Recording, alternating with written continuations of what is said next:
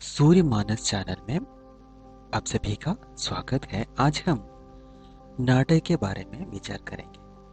काव्य के दो भेद किए गए हैं, दृश्य और काव्य। जिन रचनाओं का आनंद मुख्य रूप से सुनकर लिया जाता है वे श्रव्य काव्य के अंदर आती हैं, जैसे कविता, कहानी, उपन्यास, रेखाचित्र, आत्मकथा इत्यादि। जिन रचनाओं में आनंद प्राप्ति का आधार चक्षु होता है उसे दृश्य काव्य कहते हैं। नाटक का संबंध चक्षु यानी आंख से है, अतः यह दृश्य काव्य के अंतर्गत आता है। संस्कृत के आचार्य पाणिनि ने नाटक की उत्पत्ति नट धातु से मानी है।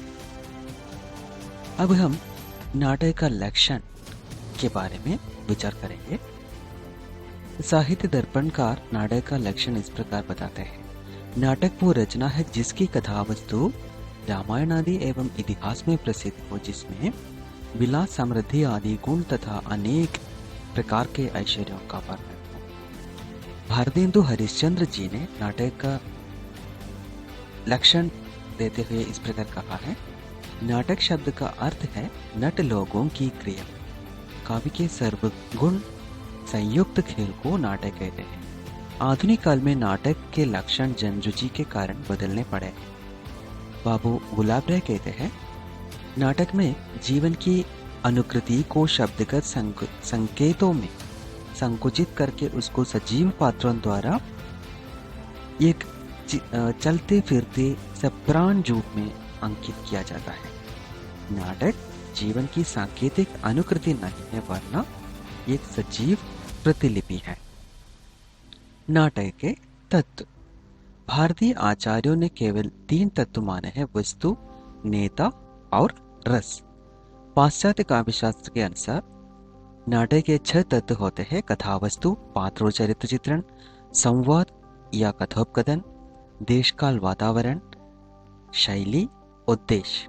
आधुनिक आलोचकों ने अभिनेता को नाटक का 7वां तत्व माना है। कथा वस्तु नाटक की कथा या कहानी तथा उसमें निहित संप्रेषण को कथा वस्तु कहा गया है।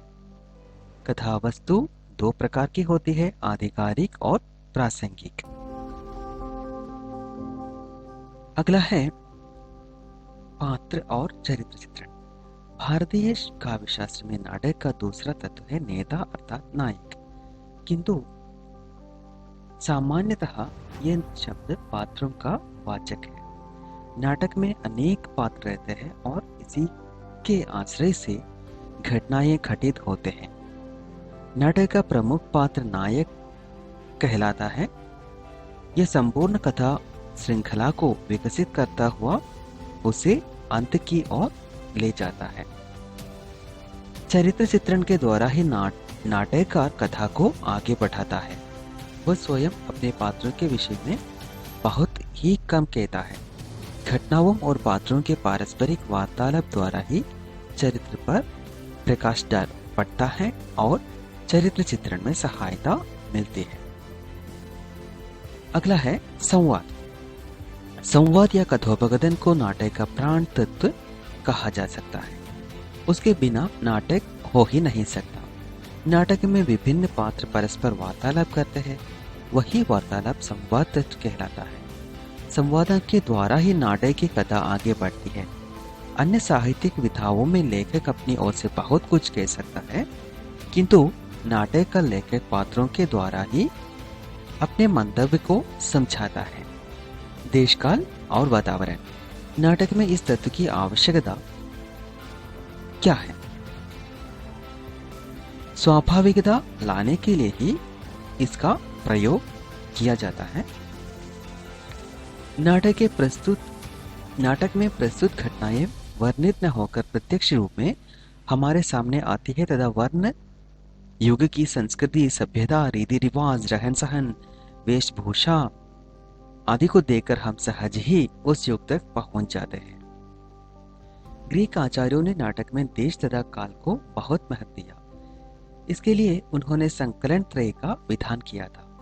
संकलन त्रय के अंतर्गत समय, स्थान तथा कार्य की एकरूपता आती है। ग्रीक आचार्यों का कहना था कि नाटक की कथा वस्तु ऐसी होनी चाहिए जिसका घटना काल 24 घंटे से अधिक न हो। पूरी घटना एक ही स्थान पर घटित होनी चाहिए और घटना में विशृंखलता न होकर अद्वितीय होनी चाहिए, अर्थात नाटककार की दृष्टि और सदैव मूल घटना पर रहे। आज के नाटकों में संकलन त्रय का कोई ध्यान नहीं रखा जाता। नाटककार की दृष्टि नाटक के समग्र प्रभाव पर ही अधिक रहती है। शैली, किसी भी कृति में कथि को प्रस्तुत करने के ढंग को शैली कहा जाता है। पाश्चात्य आचार्यों की दृष्टि में ये नाटक का महत्वपूर्ण तत्व है। भारतीय आचार्यों ने इसे वृत्तीय नाम दिया है। वृत्ति और शैली में भेद है। शैली का संबंध नाटक के बहिरंग अर्थात उसकी भाषा आदि से है, जबकि वृत्ति नाटक की मूल प्रकृति से संबद्ध होती है। उद्देश्य, नाटक रचना का कोई न कोई उद्देश्य तो होता ही है और नाटक और इस उद्देश्य की अभिव्यक्ति प्रायः नाटक के प्रमुख पात्र के माध्यम से करता है। इसे प्रतिपाद्य भी कहा जाता है। जिस प्रमुख समस्या को ध्यान में रखकर नाटक लिखा जाता है वही उद्देश्य कहलाता है। और सातवां है अभिनयता यानी मंचीयता।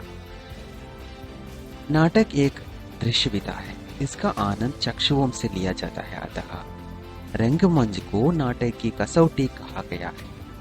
नाटक को अभिनेता रंगमंच पर प्रस्तुत करते हैं, अतः इसमें अपने तत्व का बहुत बड़ा स्थान है।